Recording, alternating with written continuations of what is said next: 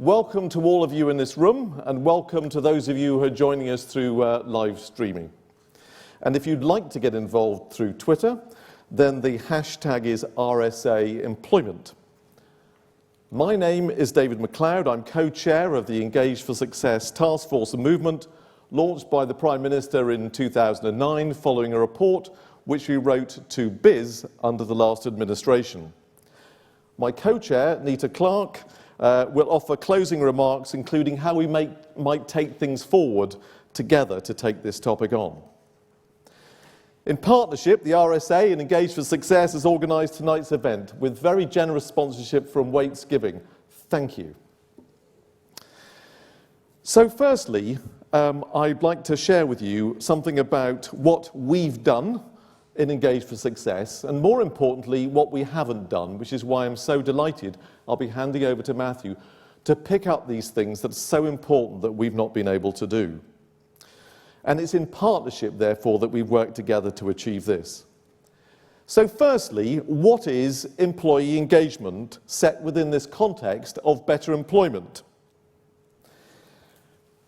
I met a woman in Wales who'd worked for the same organisation for 20 years. 2 years before I arrived, they'd had management who understood something about good employment and employee engagement. For the first 20 years, she said, I was thought of as a bit of a rebel, which management willingly confirmed. Then she said, they started to ask for my opinion. Knowing I was going to be asked for an opinion, I bothered to start to think up an opinion. I feel more valued, and I know I'm more valuable. Then she looked at the floor and she smiled, and I could see she was deciding whether to say something, and she looked up and said, and by the way, my husband says I'm easier to live with. Now that's not an entirely throwaway remark. The nature of work and global competition surely is that work is tiring. The question is, do we go home good tired, or do we go home frustrated tired? And in her case, kick the husband, or the wife, or the cat, or the filing cabinet. The correlation between employee engagement and well-being is totally compelling. Or described at a different level, this employee engagement, there is a level of capability and potential in me, in you, in all of us. If you put me in one situation, you get at a small percentage of my capability and my potential. If you put me in a different and better situation, you get at much more, maybe all of my capability and potential. Now, does this matter? Does it matter that only 1 in 3 employees in the UK are engaged? Does it matter that 64% of employees say they have more to offer at work than they're being asked to give, particularly at this time? Now, one thing I think we have done in Engage for Success is through research, we've answered that question. Yes, it matters. Higher levels of engagement correlate with higher profits, with higher growth, with higher productivity, with higher levels of retention, with higher levels of advocacy. What our people say about us when our back is turned and when it's so important. And it matters in the public sector. If employee engagement scores go down in a hospital, 8 months later, mortality rates go up. So next time you're on that trolley, sliding through that operation, and the surgeon looks down at you, ask him or her what the engagement scores are in the hospital. They will be surprised, but it's an appropriate question to ask, as those at mid-staffs know only too well. Engagement scores do correlate with organisational outcomes. What Engage for Success can also do and explain are the 4 things that enable organisations to engage their people in order to harness this capability and potential, and so doing take their organisations forward. I don't have time to explain those, but they do cover such issues as, do we really understand what our organisation stands for and where it's trying to go? Am I broadly well managed? Is my voice heard and does it count? And do the values on the wall overlap with the behaviours I observe amongst my colleagues and my bosses? But what we at Engage for Success can't do, and what we have not done, is get this topic to its rightful place as a national strategic priority for our economy and for us, for people at work. It's important, it's vital we do, because it's about enabling all of us to be what we can be, and those who follow us what they can be. That is fulfilling, that is confident, and that is growing us. Nor have we addressed the institutional failings that underpin the low levels of engagement and the resultant low levels of productivity. I am truly delighted for us and for all employees that Matthew Taylor, who is uniquely well qualified in this country and beyond, uniquely respected, that will address these issues which we have not done. While Matthew can set this topic at the heart of the debate for our future, I'm also delighted to introduce Wendy Cartwright, who will respond to Matthew's lecture. Wendy had to deliver on the ground, in very practical terms, a set of highly engaged teams to build the infrastructure for the Olympic Games as head of human resources, and it was voted HR Director of the Year in 2013. She brings that practical bent to this topic. It's real, it delivers, as all of us who are spectators and involved in the Olympics know. Not only do we have the world's most productive car plant, but we also put on the world's best Olympic Games. When we get this right, we are unstoppable. That is why this topic is so important, and that's why this lecture is so important. And with Matthew's profound analysis and call to the future, I am truly delighted to introduce tonight's RSA Chief Executive lecture, Matthew.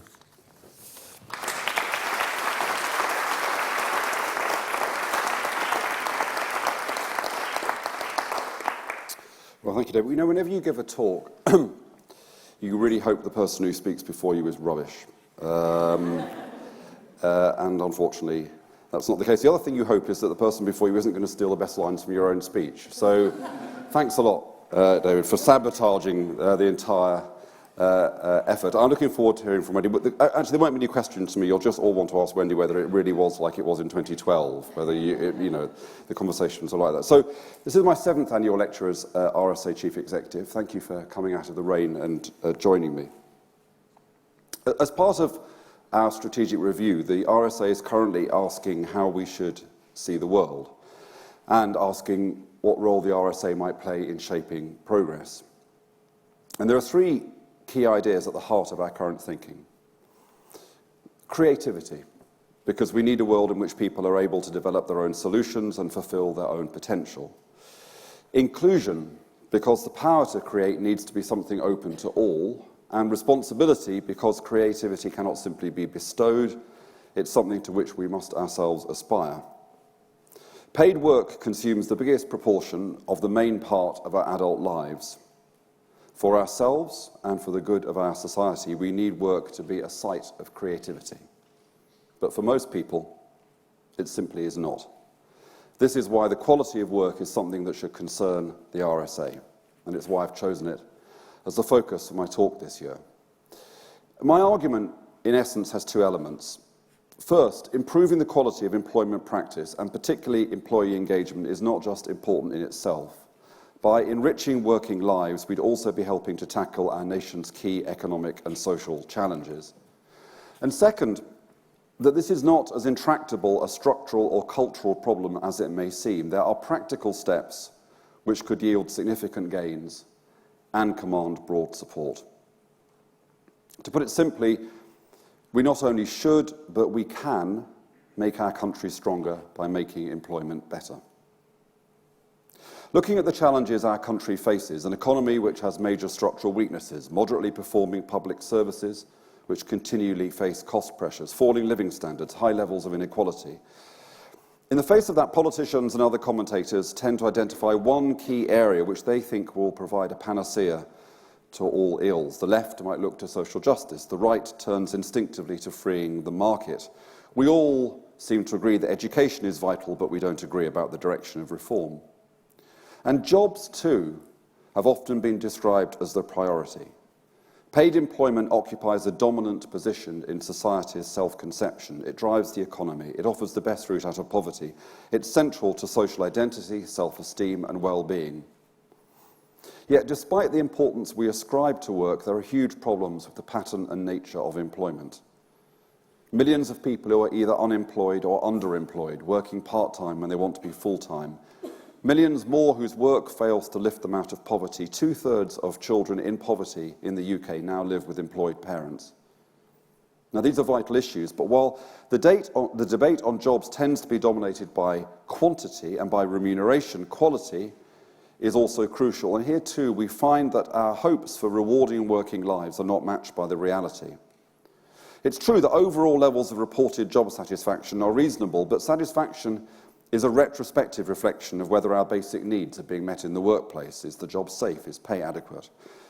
We need higher ambitions if work is to play the role it could in making our lives better and our country more successful.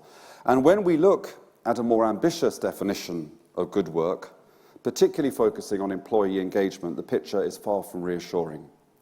In its most recent global survey of employee engagement, Gallup found that fewer than 1 in 5 UK workers felt fully engaged at work, while 2/3 felt unengaged. And possibly most disturbing, we lead Europe, the UK leads Europe for those actively disengaged. More than a quarter of UK workers, according to Gallup's definition, aren't just unhappy at work, they're busy acting out this unhappiness. Just last week, a Microsoft study of 2,000 UK office workers found that fewer than 1 in 10 believe they've made a significant contribution to their employer over the last year, while almost a quarter say they have never made a contribution to their employer.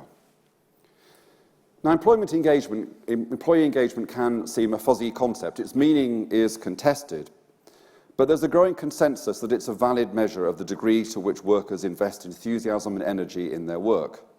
Researchers and businesses are increasingly seeing how central engagement is not only to organisational economic success, but to a wider range of benefits. And the first, as David implied, is productivity. We all know the UK's performance has not been good for a long time, but now, according to the latest data, UK workers produce 16% less per hour than the average across the G7. Now, the foundations of productivity are complex and contested. Investment, technology are important, but so is the way workers are treated and the extent to which their talents and energies are brought to the job.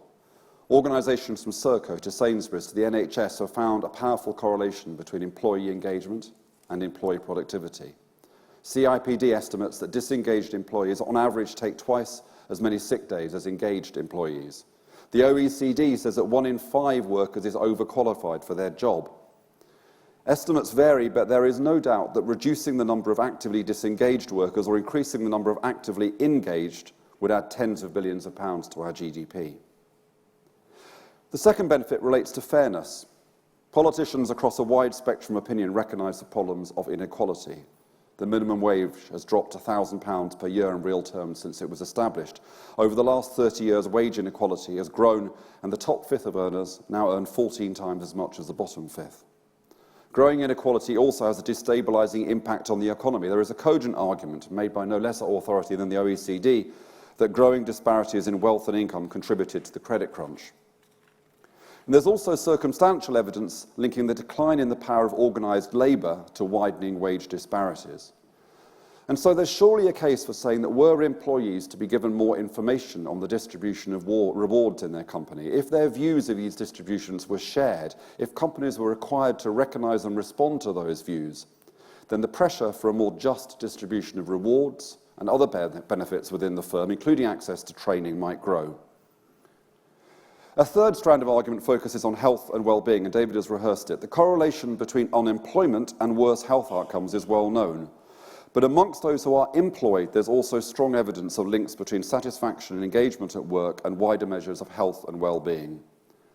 As a society, we face an epidemic of depression and anxiety, bringing with it major costs for the welfare state. According to Gallup, workers who are actively disengaged at work are twice as likely as engaged workers to say that they feel stress and anger routinely. Disengaged, demotivated, over-controlled employees are much more likely to become physically or mentally unwell. So in summary, we have tended in public discourse and policy debate to see the quality of working life as a side issue, deserving attention only when more fundamental problems have been addressed. This is simply a mistake. In a free society, paid work should not be compulsory. There'll be people who are unable to work or choose not to and accept the consequences. But for the rest of us, the social contract of work is broken. A new contract should have two clauses. First, if employment is essential for social inclusion and acceptance, then employment should be available to all. Second, and just as important, if being a valued and respected person involves being in work, then being treated as a valued and respected person should also be integral to work. So engagement and good employment matter, but how are they to be achieved? Engage for Success, one of our partners for today's event, say engagement is most likely to occur when four conditions are in play. First, when there's a strong strategic narrative about the organisation and its purpose. Second, when there are engaged managers who focus on their staff and give them scope to develop as individuals. Third, when there's employee voice throughout the organisation, helping to agree decisions, free to express disagreement. And finally, when there's organisational integrity, corporate values are reflected in day-to-day behaviours. Now, these principles are eminently sensible. They offer gains for workers, for managers and society. And as Engage for Success have shown in their advocacy, they actually have widespread support. So the conundrum is this. Why have these aspirations for work not turned into social norms and expectations? Now, I believe the critical barriers are cultural and institutional. We need to free ourselves from outmoded mindsets and allegiances if we're going to close this gap between aspiration and reality. But I first want to turn to a couple of other important steps that we could take to start making work better. Take the valuing of employees. In our data-rich world, if something can't be measured, it tends to be undervalued. The conventions of accountancy describe money spent on capital investment as contributing to a company's assets, while money spent on people counts merely as a cost. This way of thinking is a hangover from the era where mass manufacturing was the dominant paradigm. But in the modern knowledge economy, the majority of the assets of the organisation lie in the knowledge and skills of its workforce.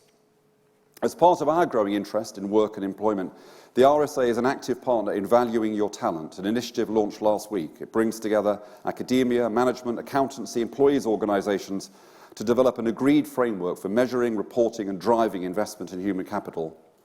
Over the coming months, we'll be developing this framework, sharing it as a common, publicly accessible tool to stimulate widespread adoption. Linked to this, we also need to shift from an over-reliance on technology as the site of workplace innovation and move to a greater focus on the way that work environments are designed.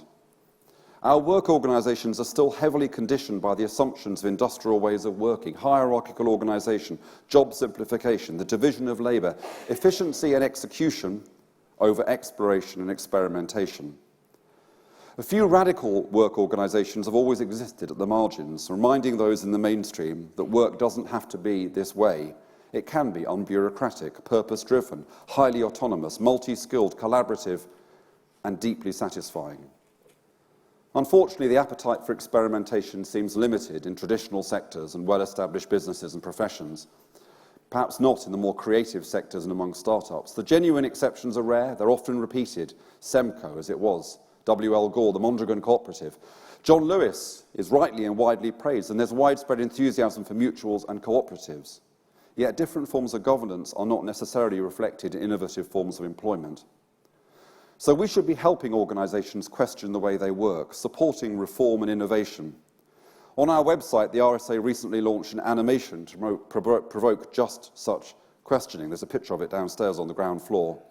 We want to find organisations designed and run specifically to optimise work engagement. The aim is to learn from them, to use them as inspiration and to partner them with other businesses keen to trial new ways of doing things. Let me turn finally to a cultural divide and a related institutional failure, which I believe together represent a major barrier to a more widespread and robust model of employee engagement. Over the last 30 years, power has shifted from employees to bosses and managers. There was the reduction in trade union legal rights and privileges in the 1980s. Union densities have fallen, particularly in the private sector.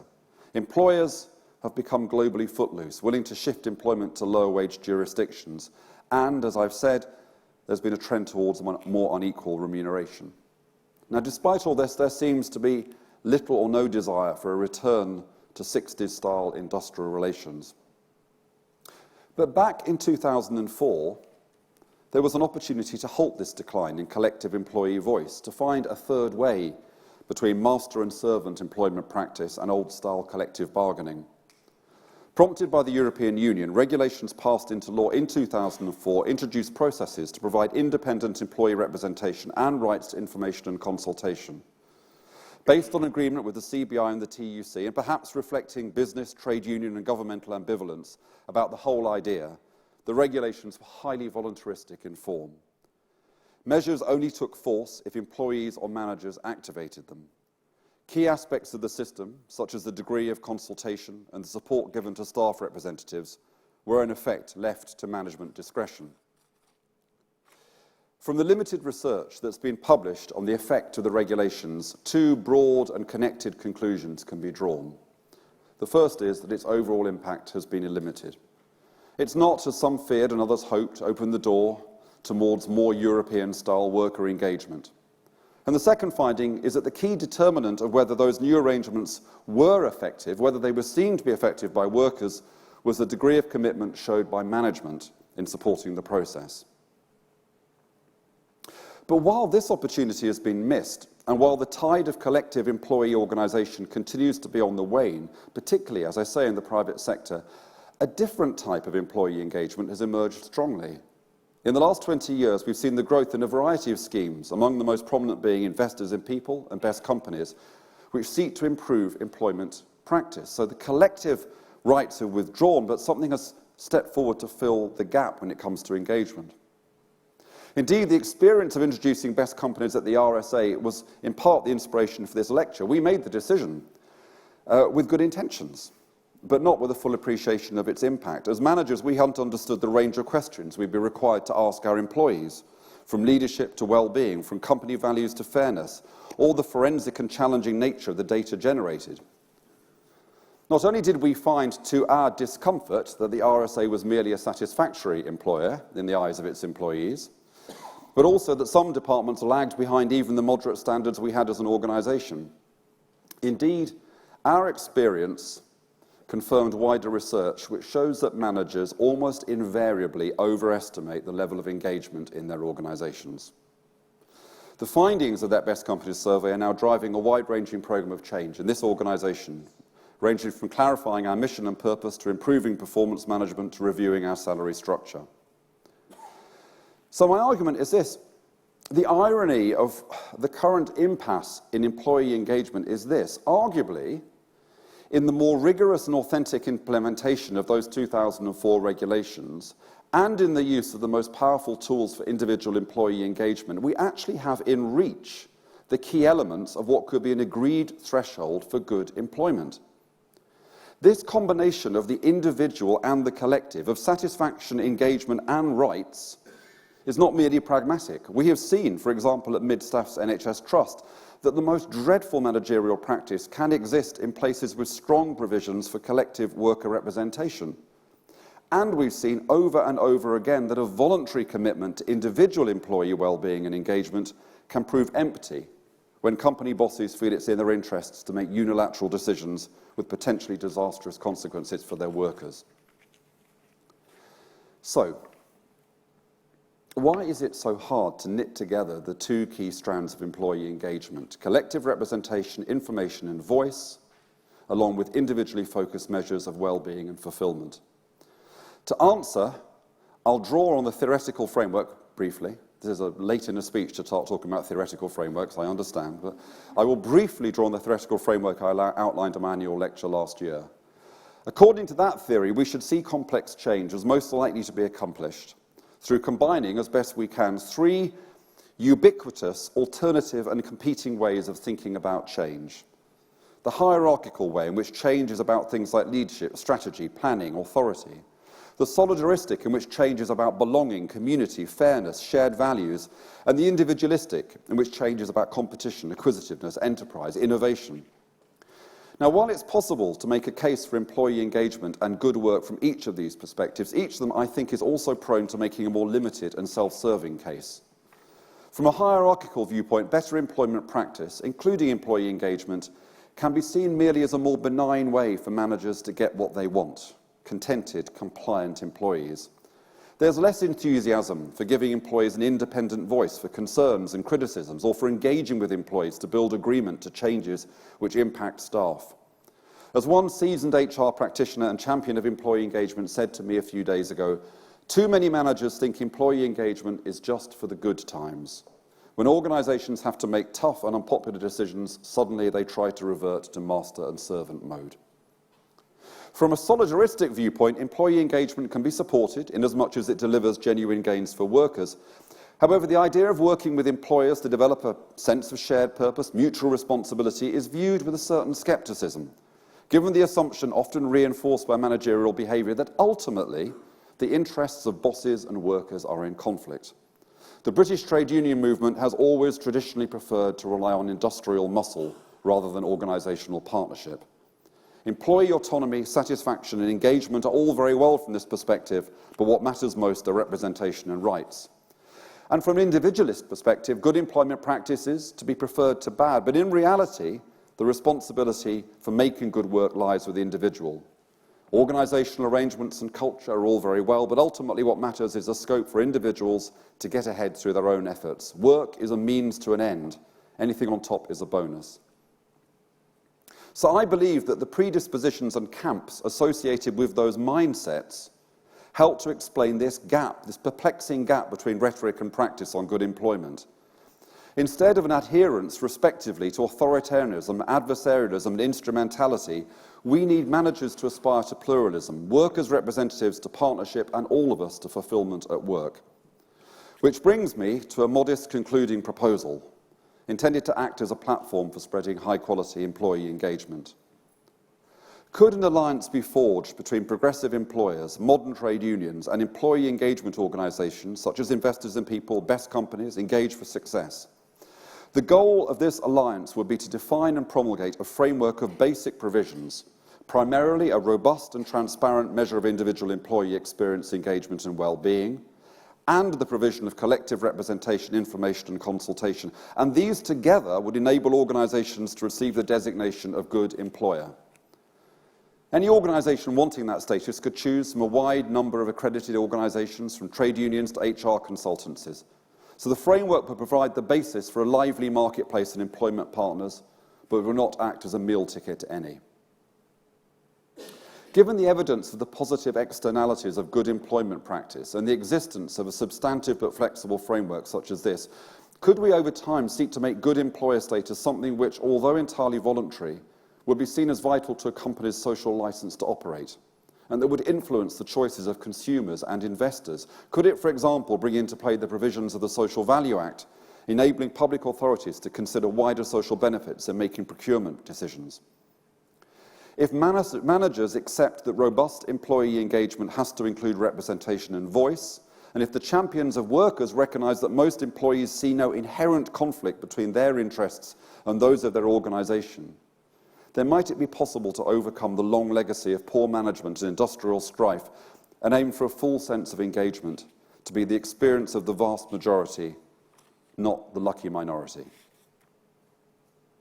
A new engagement framework can take us some way forward, but we shouldn't forget the importance of individual aspiration, or the idea of responsibility that I described in my opening words. Survey after survey shows that one of the key determinants of whether we enjoy work and whether it's good for us is the degree of autonomy we feel we have in our jobs. This may be one reason we've seen a rapid rise in self-employment and, as RSA work has charted, the proportion of young people who aspire to be their own bosses. But most of us will continue to work in organisations. The least well-paid workers tend to have the least control at work, but disengagement is a phenomenon across the labour market. In an outspoken recent article which seemed to strike a chord with readers all around the world, the LSE's David Graeber asked why so many people are in what he calls bullshit jobs. He quotes a successful corporate lawyer who says his job is utterly meaningless, contributes nothing to the world, and should not really exist. In a similar vein, the Microsoft study I quoted earlier found that nearly 4 in 5 office workers consider a sufficient measure of a successful day at work to be simply that they clear their email inbox. Now, it's not for me to comment on the value of corporate law or office work, but we can hardly expect human dignity and fulfillment, which is ultimately the measure of better work, if we do not ourselves seek it. Graeber reminds us that reform and innovation will only come about if we as workers are able to move beyond a deficient, instrumental and unquestioning attitude to our jobs. Good for us, good for our organisations and good for our country. Better work should be everyone's business. Thank you.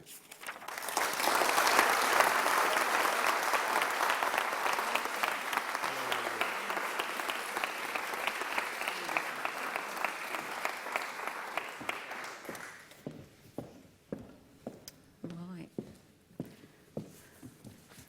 Well, if you said it was hard following David, then I'm following you, Matthew. So that's 2 in a row for me to contend with. So firstly, I'm delighted that the RSA and Matthew are throwing their weight behind what is such an important topic for us today in the UK. This is a very timely lecture. The world of work is changing. It's being driven by deep social, environmental and economic factors. The availability and sheer weight of information and technology that we all have at our fingertips is altering the way in which we view the world and allows us to participate and connect with people in a way which would have seemed improbable, the stuff of science fiction, only not that long ago. So within that context, our view of the meaning of work, and in particular good, productive and purposeful work, has changed. And yet, in many respects, human beings are still in essence unchanged. I think this is one of the reasons why the Engage for Success 4 underpinning enablers that Matthew outlined, these enablers of employee engagement, which are strategic narrative, having a strong purpose and vision in an organisation, having engaging managers, listening to your employees, employee voice and collaboration, and integrity, authenticity, which we all know when we see it, and we also know when we don't see it in practice. These enablers, these 4 elements, are as true today as they would have been 50 years ago, and as I think they will be in 50 years' time. So Matthew covered a lot of ground, and I've only got a short time to respond, so I'm going to be quite selective in what I want to comment on. And as a consequence, I'm keeping this quite high level, although we all know that the devil is in the detail with these things. You can have big pictures, but it's how that's enacted on a day-to-day basis that really makes sense to employees. Firstly, I want to comment on the Engage for Success movement, so led by David and Nita.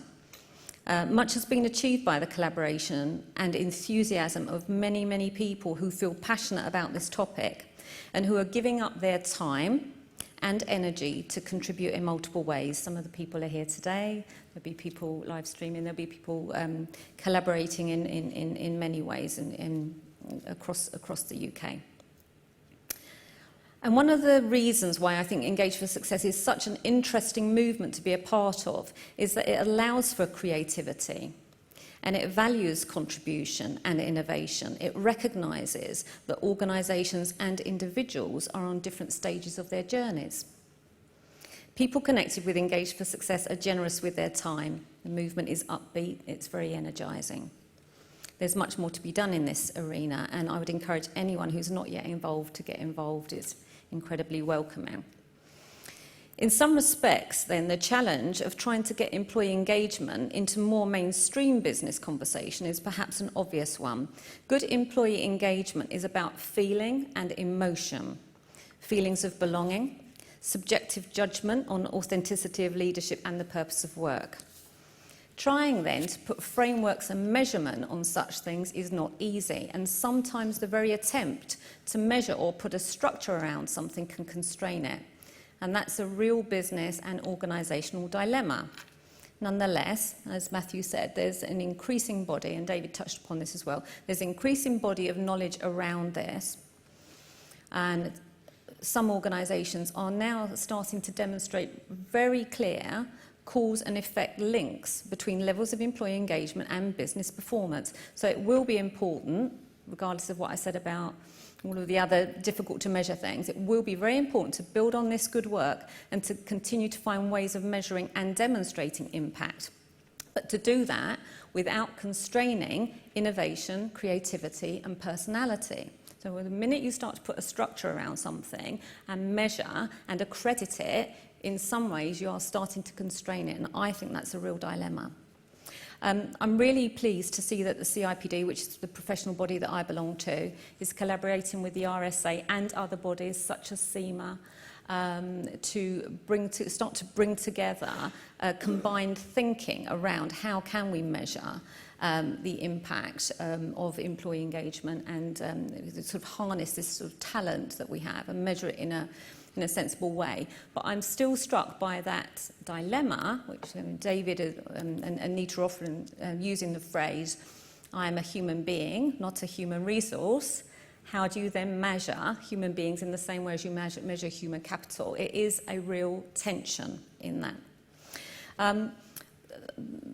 To the other big points that Matthew raised, I think that the issues around individual and collective engagement they do require deep exploration.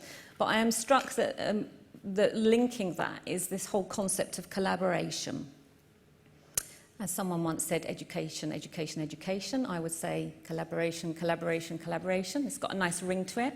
But the bringing together and harnessing that across organisational boundaries, recognising the inherent tensions that potentially, for example, a trade union or a management side might have, but bringing that together and moving away from the adversarial win-lose type of arrangements to win-win is essential. And to be honest, the best organisations and leaders already know that and have been doing that for years. I completely agree with Matthew on autonomy and discretion. In danger of violently agreeing with you on a lot of things, so here. Good employee engagement is all about harnessing that discretionary effort where people are willing to go the extra mile. I think it will be very interesting, this is my concluding point, it will be very interesting to see what interest and traction Matthew's concluding proposal will generate. And I think it is a timely conversation about what does collaboration, what does collectivism look like in today's changing world. But I do think that there are some tensions there in terms of trying to put constraints on that, in terms of trying to force that conversation. But there is no doubt, back to my point at the beginning, I'm delighted that the RSA are getting really involved in this. There is no doubt that this topic of employee engagement is vitally important to individuals, to organisations, to the UK and the global economy.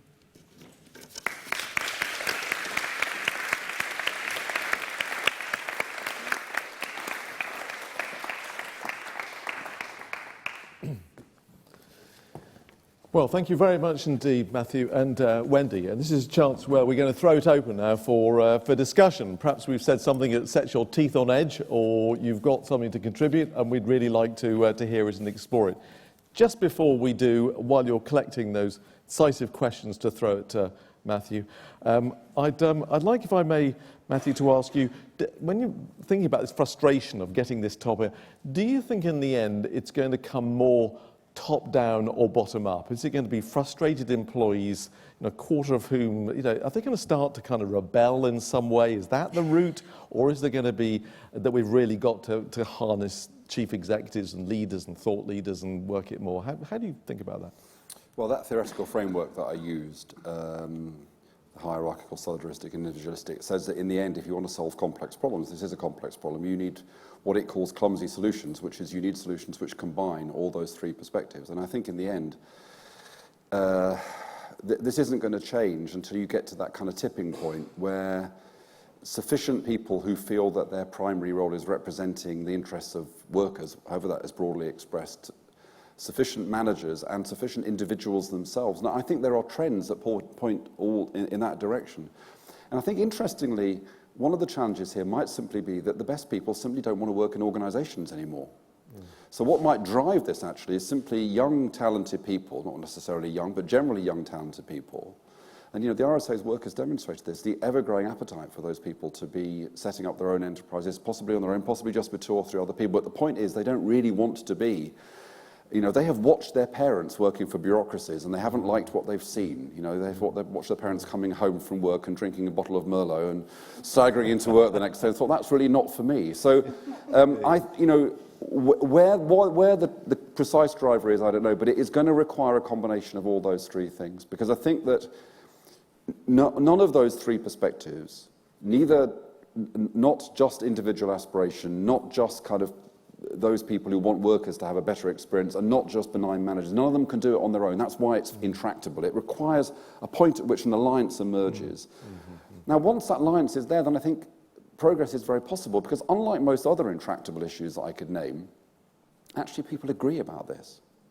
The difficulty of this issue, we've tried to get the media interested today, and despite the fact that it's me, which is inherently fascinating, we found it quite difficult, because what the media say is, oh, yeah, of course. But yet, as we know from the statistics, it's not of course.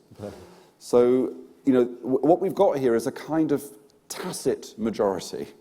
Yes. But we're going to need that moment of alliance, which is why I made the suggestion that I made, to turn it into an explicit, to a norm, a social norm. Well, could you say just a tiny bit more about how that might be triggered into action? What is it we're going to have to ask the government to start to draw us together, or we're going to just spontaneously start to work together to create this framework? Can you say? I think it happens because, particularly in managers, employers, people on the kind of trade union and workers side, not just me trade unions, but other people concerned about workers, and best companies invest. You see, what I find fascinating about this, because I come from a trade union background, is I thought all this best companies investors in people stuff was for the birds. I thought it was all nonsense, really. It was just a kind of camouflage for traditional ways of doing things, and it's not. There is quite a lot to this, and when, as an organisation, as we've had to, you have to publish statistics to we don't have to publish them, but we do, to our workers, saying this is how we do, and a lot of your workers in a progressive organisation saying this doesn't feel like a fair place to work. You can't just ignore it.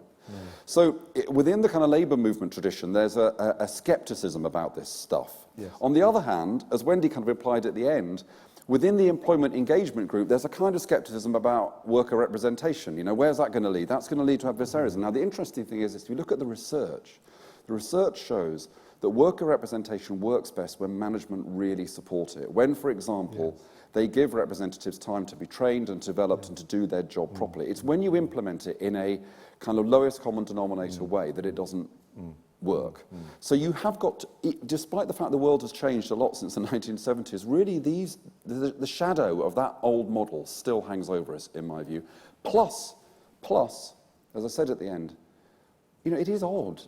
If we went down the pub, this sounds a bit personal, but anyway, if you went down the pub and you were sat with somebody and they said, how's your relationship? And you said, well, it's fine, but it's a bit boring and I don't really like it. And it just goes on and on and on. And, anyway, but my partner gives me money sometimes. You'd think,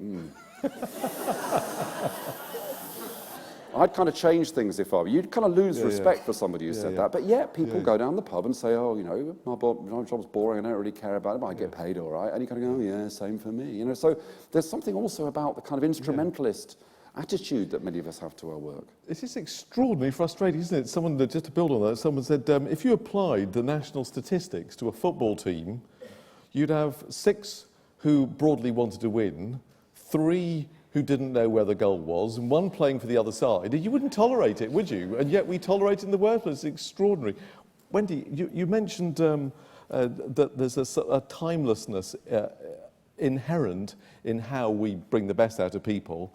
I guess overlaid on that, though, there is a sense of some other changes going on. And when you were pulling together the Olympics, I guess there were people who were coming with a slightly different mindset than they might have come 20 or 30 years ago about how to be involved and why we're doing what we're doing. So could you talk a little bit about any of the changes you've noticed over a long career in HR over many different industries? I think to that point, though, I mean, lots of people said to me, oh, of course it was easy because you had it was the Olympics. Yeah. Well, yes and no, because yes, but that key thing for people about having shared purpose and a big goal, yes, everybody could get behind that. Also, people, not everybody, but in many roles, people self-selected or deselected themselves out. If they didn't have the risk appetite, they might not have got involved because it was that kind of organisation.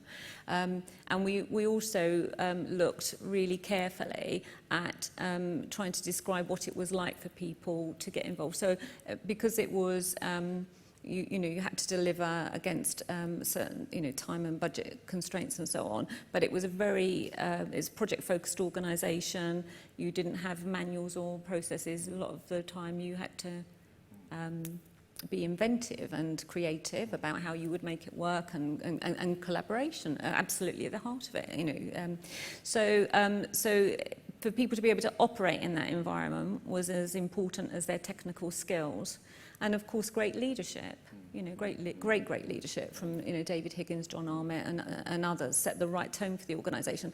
So it was, but I think that there are a lot of things in the Olympic Delivery Authority that are replicated or replicable in other organisations.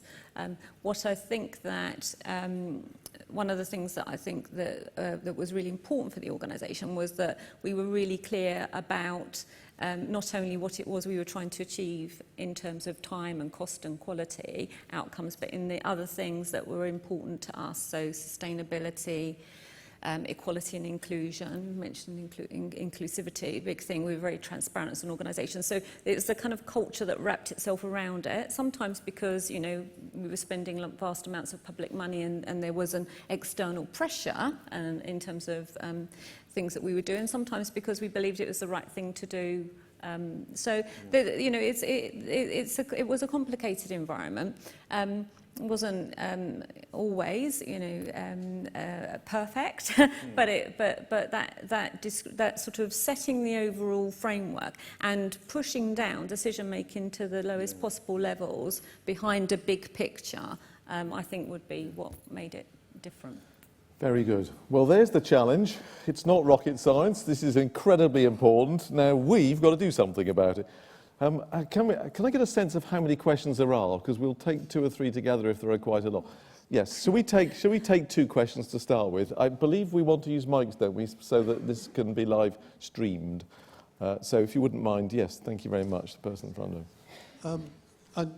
Matthew's laid out a very interesting phenomenon. I actually serve on employment tribunals, and I'm noticing that the sort of cases we had 20 years ago are reappearing. People sacked without a proper investigation, even women sacked because they become pregnant.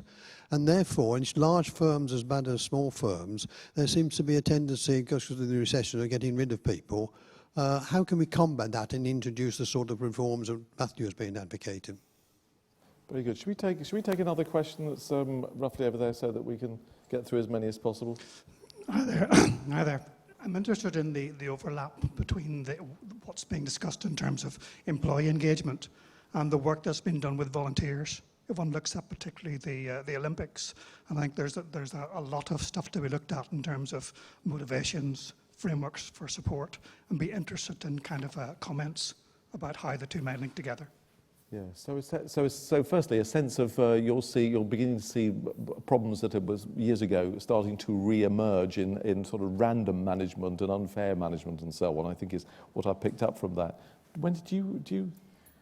I think one of the big, I'm not surprised that you're seeing that, and I think one of the real issues that we have had as a country, whether or not we recognise it, is that with the recession, people are not feeling as confident about their own employability. So they stay within organisations where otherwise they might have been discontented and moved on, and those opportunities simply aren't there, and that and that some employers are getting more hire and fire in their approaches. So I think it is that combination of, if you're unhappy, the opportunities to move on are not there, and this discontent then therefore and lack of control that you have over your own employment is strengthened. So what will happen as we're starting to see the first green shoots in terms of the movement in the employment market now. CIPD figures that have come out and others have started to show that. I hope that some of that will rebalance itself, and I do think that the employment protection is stronger and better than it was in years gone by. Although the collective support with the with trade unions and so on has diminished, I think the framework is there. I'm not sure that there's an easy answer on it. I think bad employers will they'll just take a risk because they can, and they'll deal with the consequences after. And on the volunteering, the difference between volunteering and being paid, I suppose, is part of it. And then there's the lessons we draw out of it. And I know there's a website where they drew all the lessons, and let's go there. But is there this concept of volunteering? Well, I'll be really brief so we can take more questions. I think there is a really important point about volunteers, because volunteers only do it because they choose to do it. Yeah. So, if you felt it was as important to motivate people that you paid as it was to motivate people you didn't pay, it might be quite a good kind of test, really. And I think in relation to the first question, I think the problem is that, there are bad people who do bad stuff, but it's also to do with confidence. And I think that when the economic pressure is on, managers often don't have the confidence to feel they can take the high road out of problems, and they take the low road out of problems. And you need to nudge. You need various nudging mechanisms like the one I described, which nudge people at that point of inflection where things are difficult to say, no, actually the high road here is to bring my employees in and to talk. And actually, we did pretty well on employment out of the recession, and part of the reason for that was because in a number of places, managers did actually sit down with workers and say, how are we going? I mean, for once, you see, we knew what was coming, and we knew it was going to last a while, and so there's nothing more powerful to make change happen than a reality check. And so I think, surprisingly often, managers and employee representatives sat down and said, okay, let's try and find a way of protecting jobs and doing things differently, not universally. So I think that's that kind of giving managers confidence. I think very often a lot of these problems are to do with middle managers who themselves feel crushed and have no confidence. Yeah. Well, so when Nita and I were going around, as one trade union official said, talking about the problems of middle management, he said, the damp-proof course. I think just a brief point to add, very briefly, is this, as Nita and I went round for a year doing this work, we came across basically two groups. They'd both been through downsizing, and one said, we've been through downsizing, and we're delighted things are getting better, because as soon as they do, we're out of here. And the other group said, we went through downsizing and we didn't like it, but it was done fairly, openly, transparently and supportively. I didn't like it, but I don't know how it could have been done better, and I'm looking forward to things getting better to get my organisation back up and going again. They're reaping the whirlwind, all the fruits of the way they... Shall we take 3 questions? Somewhere down... Oh, well, perhaps we'll finish with that group. Can we take those 3 questions there all together? Would that be efficient? Hi there. I'm John Alexander. I'm founder of New Citizenship Projects and a brand new fellow of the RSA. I'm really interested in the language that you've used in the title of this talk and what it means to be a citizen at work. And I'd love to hear you speak a bit more to that. I'm quite interested in whether the sort of dominant metaphor of the individual in society has kind of become, many would argue, the consumer. And I've heard a supply chain director at a supermarket say that his buyers have become consumers of their supply chains, and I wonder if we've, in the same way, we've become kind of consumers of political parties and vote in that way. And how has that? Are we consumers of work? Or is work consumers of us? And is that something we need to reclaim? Thank you. Very good. Should we go to someone else roughly in that space? Mark Dorfman, somebody who's just recently retired from work. I thought Matthew is completely right but wrong about language, and we've got to find a new way of talking about work and how we make it better. So the word engagement just turns everybody off. We've got to find, RSA have got to find a new way of dealing with things. Four suggestions. Talk about getting things done. People like to get things done. Talk about getting the right job and getting training to get the right job. Training for new and innovative business and firms. We don't have vocation, we don't have manufacturing in this country, and sort out crap bosses. If you focus on those four things and don't worry about engagement, engagement will just be brought along in its own appropriate way. If you focus on engagement, people will turn off. Thank you. We need to pick that up. And a third one? Thank you. Paul Sternberg from the Ethical Communications Agency. I was just wondering, it was interesting that nobody mentioned emotional intelligence as one of the kind of key components and characteristics of engagement at work. And even though, I mean, it was a fascinating talk, and thank you, Matthew, but it seemed to kind of lack a certain kind of emotional resonance to it. It was all very much about processes and ways of doing things. And I mean, this whole area of kind of caring for people, trusting people, and openness, and all those kind of important elements seem to be missing from this debate. Also, I mean, and this is just anecdotal, I mean, but a lot of bosses have real kind of sociopathic kind of tendencies. And I'm just wondering if there's any research on the kind of characteristic of some of these bosses. Thank you very much. Well, let's start. John, consumers of work. Matthew, do you? Well, let me put those three questions together because I think they're very interesting. And you know, yeah, in a way I wanted to deliver a more passionate and emotional kind of speech because I do feel passionate and emotional about this. It is terrible that people spend large parts of their lives doing things which feel pointless to them and that they don't enjoy doing, you know, and there are things that we get much angrier about in society that are much less important. But the question is, what do you do about it? And I think that's why I've argued, you know, I haven't just pragmatically stumbled into the suggestion I made at the end, although I know it's clunky and I know it's prosaic. I do think this combination is the right combination because I do think that the best things, you know, the best employee engagement surveys, like Best Companies, they do get to the heart of some of the emotional side of work, whether people do feel a sense of purpose, whether they do feel the place they work in is fair. So I think you can get to some of that stuff. And I didn't talk about citizenship in the end because within the field, and this is one of the problems of this field, by the way, is it's got a lot of specialists and they use a lot of specialist language and you can say the wrong word and people go, you haven't read the right books, you shouldn't be talking about this. So citizenship at work means a particular thing. But the reason I propose what I propose is to balance a kind of consumerist model of happy employees, fulfilled and individually fulfilled employees, and this kind of collective aspect. And actually talking to colleagues in the RSA helped me with the speech. We had this argument a few weeks ago when I was talking about, I thought collective representation was important, and they were saying, well, it's a bit old-fashioned really, isn't it? And I said, look, you know, isn't the important thing is kind of innovation in work and engagement, all this stuff. I said, look, you know, we measure people's well-being in society, and it matters, and well-being might matter more to us than voting, but we don't say, well, you can have well-being, but you can't have the voting. We have both. We say it's important that we're a society that works, but it's also important that you can get rid of crap government, and you've got rights. So I don't think that the rights and representation agenda are an alternative to a focus on employee engagement and fulfillment. I do think that they go together. And tactically, I might agree with you about engagement, because it is a bit of a blah, blah word, but I don't agree with your analysis, actually, because I think in the end, you know, what is the most, I hesitate before saying this, one of the most important things in life is meaning, a sense of meaning. And in a sense, you know, to talk about meaning at work is difficult, because that sounds a bit... Emotional point, I do think it is about emotion and feeling, which is why I touched upon that, and I think that measuring the harder things, you know, sort of measure things in a kind of hard context, capital measurement context, will never work because people are people. But it doesn't mean to say that we can't look at an overview on that. Someone said to me, David, I can accept your conclusions, but only act on mine. I mean, you know, when it troughs over to some sort of emotional commitment is where you see progress. And shall we take 3 questions sort of in this block here? or 2 questions in this block here to be exact.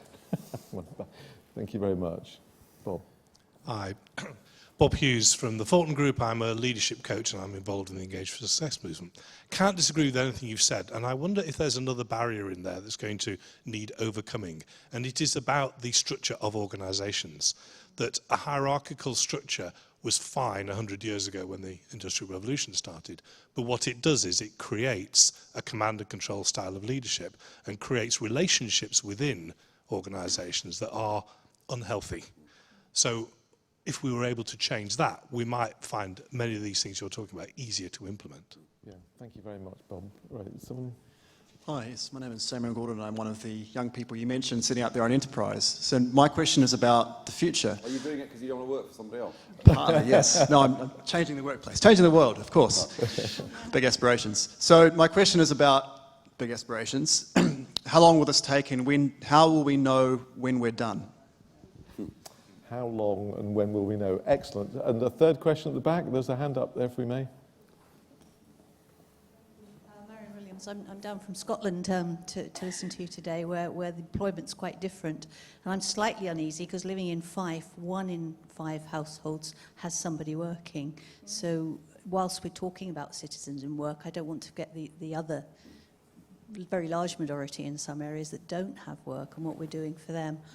The other thought I had, you did just briefly mention designing the place and the space that you have to work being really important, and I think we forget that. It's taken me 4 years to get my board to allow me just to change the lighting in the office to be a working environment rather than one you just hated going into.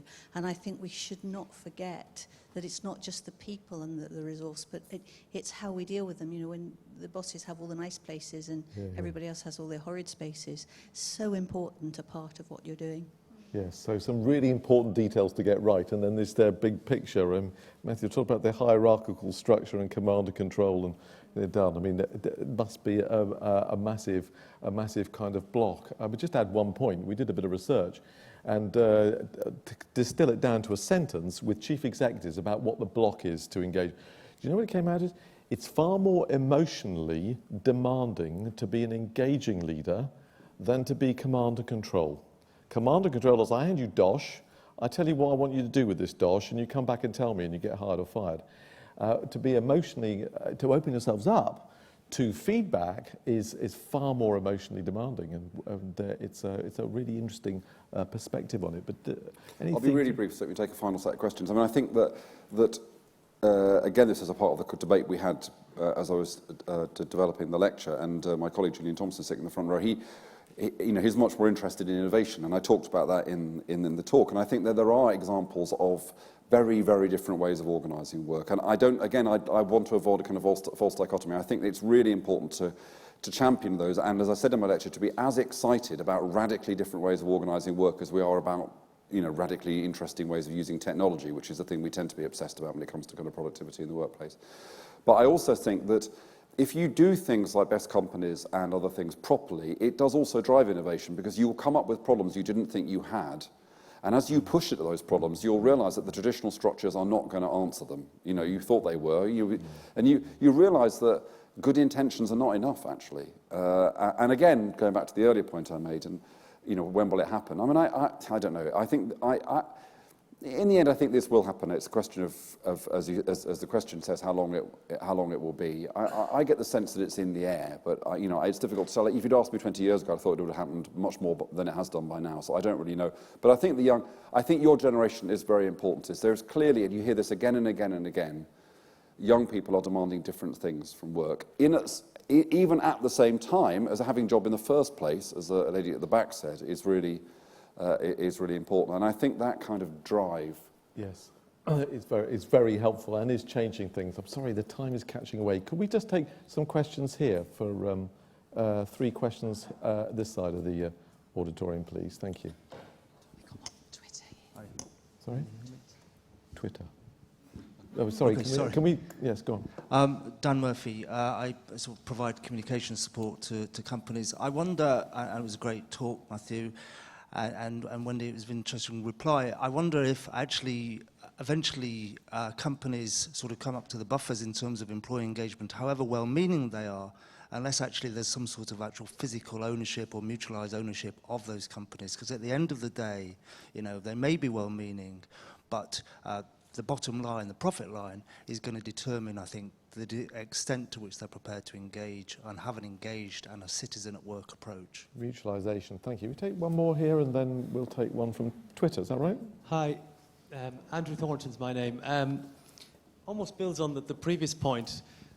I've been looking at this a lot and feel that part of the reason for lack of engagement is there's no heart in organisations these days. And the perspective I'm trying to put into my organisation and I'm writing a book about is what if we put the heart back into organisations? We put people first, planet second, and performance would follow.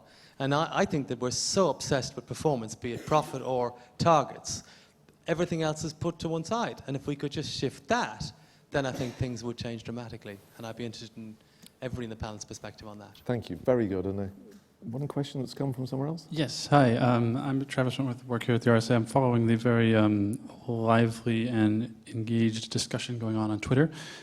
Question from Catherine Chauvelin, who asks about the kind of voluntary nature of this new social contract between employers and employees, and should employees be able to choose to engage or not to engage? Very good, thank you. So mutualisation, put the heart back in, and how might we get things taken forward? Which is a lovely introduction to the final remarks in a minute. Matthew, on this mutual... You know, this argument about good business being profitable business is going on and swirling around and has done for a very long time, and there are a lot of organisations. I was at an event 2 weeks ago with the Archbishop of Westminster, the Archbishop of Canterbury, Unilever, various others talking about good business. What I thought was interesting was they were making the point that is repeatedly made now, that organisations have to have a purpose beyond making money, and that without a purpose beyond making money, organisations in the end collapse, because making money is not actually a sufficient guide to how you should behave in the medium term. It doesn't drive the right kind of strategy. What was, although slightly depressing about that initiative, was that there was a set of things which this Unilever process had identified as key criteria for good companies, and actually employee engagement wasn't on the list. So it's not even kind of in that conversation about, as it were, I mean, there were some things about employment, but again, they were the basic hygiene stuff. It wasn't really a kind of higher level of engagement. And I think this goes to this point about heart. I mean, you know, John Kay's very interesting about this, and his whole, you know, the arguments he's made about the fact that once companies think they're about, you know, in the end, companies have to be about doing something useful which makes money, not making money and hoping to be doing something useful. And, you know, there's a kind of wider and wider recognition that how you actually contextualize that, and particularly how you get investors. The critical problem here is not so much the companies, it's the investors, and the sense that companies have that they can use investor short-termism as a kind of excuse for the fact that they can't develop heart and develop mission, develop a purpose. I think mutualism can help, although, as I said in my speech, we shouldn't assume that just because organisations are mutuals, they have better ways of engaging employees. This is a different point, but I was at a seminar a few weeks ago about mutuals that have spun off from the public sector, and somebody asked a very simple question: how many of these organisations have got client representatives in their governance? And fewer than 10% did. So it was a quite interesting thing that they didn't appear to be more organisationally radical, even though their mode of governance was different. To the point on mutuals, not all organisations can be mutuals, but the debate that's been going on about fairness in pay structures, I think there's some very good work. Work Foundation did, Will Hutton did a report a while back on the ratio between top-level pay and the median or the bottom-level pay, and I think that, you know, if we start to get some organisational pressures or surfacing of that type of metric, that is kind of helpful, because it is back to the point that was made earlier by the lady who said, I can't even get an adequate working environment. I think back to Hertzberg, you know, back to the, you know, same old thing. So there are some truths that have been around forever, and we know these. If anybody remembers Hertzberg's theory of motivation, there's a whole set of issues that you have to take off of the table, which were known as hygiene factors, which is if I feel like my pay has to be at a reasonable level for me not to worry about my pay, and then other things, and so good working environment is in sense inherent sense of fairness and those kinds of things. You have to get that to a kind of neutral position, and then the other motivating factors are around purpose and development and all of those kinds of things. Totally agree with you about the point on heart, which is why I worry sometimes that in the HR agenda we're almost too worried about only speaking the language of business and trying to put a pound, shilling and pence value on things, and kind of losing our issue, a core issue about people being different and needing to nurture that. Just finally on that voluntary point, you can pass regulations, but if people don't believe in them, actually it slows down change, because what happens is it becomes counterproductive, it's done badly, and people say, well, that didn't work, and it's ruled out for another 20 years. I think we have to, in the end, as I said earlier, we have to try to build a coalition here. And change that is driven by a coalition of actors in the real world is always more powerful than change, nearly always more powerful than change driven by well-meaning, but in the end, clumsy regulation. Well, how interesting, and I'm sure we could go on for a long time, but unfortunately we have some time constraints, so let's try and draw this together and think about how we might take things forward. Nita. Thank you, David, Wendy and Matthew. My name is Nita Clark. I'm co-chair with David of Engage for Success. I mean, in a sense, it's quite easy to be a bit down about this because, you know, the problems sometimes seem intractable and we get 2 steps backwards, 1 step forward. Look, actually, I think there is a moment of opportunity that we have now, because the whole issue of work, all right, and good work is on the agenda as it has never been before. There's more questioning about how organizations work, about authenticity, about this stuff. Look, I think a lot of organizations understand that they can't manage in the old way. It just doesn't work anymore. That old model, when you've had a complete death of deference and trust and all of this, those old models, as Bob said, they're not fit for purpose. People are not prepared to hang their brains on the door when they come into work anymore. And organizations to survive, you know, are going to need to adapt to that new reality. And look, if you think about it, who could have predicted that there would have been those reports like the Francis report and Mid-Staffs, or the wonderful Souths report into what happened at Barclays, or the Respect at Work at the BBC? I mean, this issue about what good work looks like and the importance of it, we have a moment in time here, in my view, to do something about this, which is why we were so thrilled that Matthew wanted to take this issue up. So in a sense, the concluding challenge is this. You know, Engage for Success is a movement. It's all voluntary. Please get involved. No, please come and sign up for our events. Look at the website. You know, we only operate on the basis of the energy of the people involved. It's as straightforward as that. So please do get involved. But also, we're going to be challenging with Matthew and hopefully with you all about how we take this agenda forward. I mean, I think Matthew's idea of a coalition, you know, a coalition to really do something practical to get this on the agenda, but to keep raising the issue, I'm sure is absolutely the right way to go. We have an opportunity, hopefully 20 years from now, people will look back and say, actually, there was this, you know, something did change. There was much more sophisticated understanding of how you get the best out of people. Look, this is a triple win, guys. It's brilliant for people, it's brilliant for their organizations, and it's bloody brilliant for the country as we try and make our way in the 21st century global economy. So there's a lot to do, but I don't think we should be down about it. I think we should be up about it, because I think there's plenty of good practice out there.